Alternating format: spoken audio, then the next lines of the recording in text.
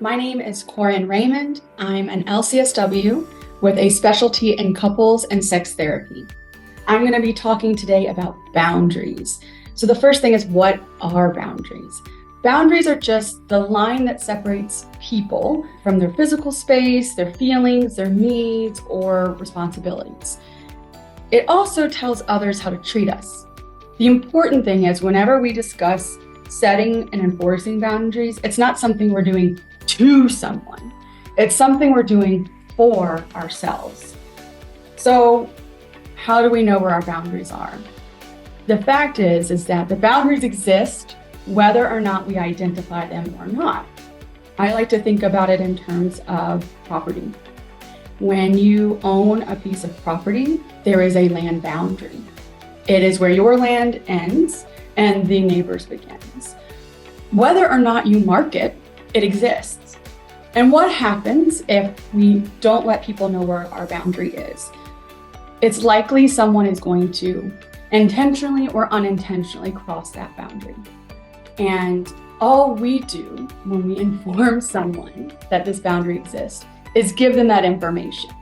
It shows a respect to them that I trust, that if I tell you that this is my boundary, you're going to honor it and respect it.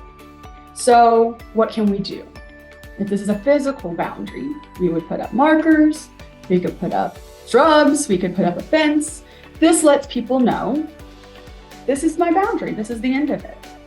However, when it comes to emotions or feelings or responsibilities, we can't set something visible up. And so we have to tell people. What does that look like? It looks like saying, hey, when we talk about anything, really, the thing that I'm not going to tolerate is you belittling me or dismissing my feelings or making fun of me in a derogatory way. And if you do, I'm going to stop engaging in conversation with you. I'm going to walk away. I'm going to remove myself. And some people think that seems really mean, or that seems like a lot. But if someone were to cross over onto your property, if someone were to walk into your house unannounced, and whether you knew them or not, continued to invade your space, there would be consequences. An alarm might go off in your house letting you know someone's crossed this boundary. The authorities could get called if it's someone you don't know, someone you don't trust, someone you told to please respect this boundary and not to cross it. There are consequences for crossing a physical boundary. There are also consequences for crossing an emotional or behavioral boundary. You'll know when a boundary has been crossed when you feel frustrated, when you feel anxious, maybe fearful, angry. You could feel exhausted. You could feel overworked, overburdened. You might even feel resentment. These are all signs that let you know a boundary has been crossed. And the only thing for you to do in that time is to figure out, when did that happen? When did I start to feel that feeling? And what was going on at that point? And that lets you know that's a boundary, I need to mark it. And then once I've marked that boundary and said, yep, this is a thing for me, I just need to let people know.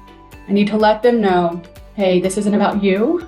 This is about me. This is about my boundary, my limitations, or what I'm comfortable with. This is where it is. This is what it looks like. And this is the consequence. And then I have to enforce it. It does no good to mark a boundary and then not enforce it. You might as well have not marked it in the first place because there's no consequence for it. Nobody's being told or reminded about it. And so they'll just continue to cross it. Whether it's intentional or not, that's not the point. The point is that it's being crossed or it's being respected.